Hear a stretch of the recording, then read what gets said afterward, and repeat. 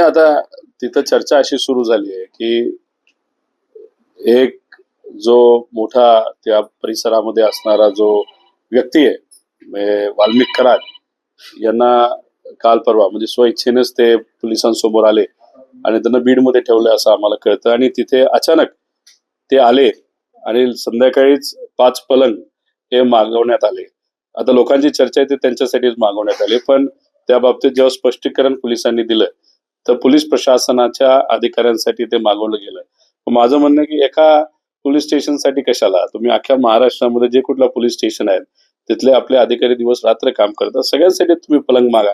पलंग कशाला, त्याच्याबरोबर लागणारा एसी असेल, चादरी असतील, पांघरुण असेल, नाहीतर काही चांगली उशी असेल, चांगल्या हाय क्वालिटीच्या जर गाद्या असतील त्यासह तुम्हाला मागवायला काय हरकत आहे.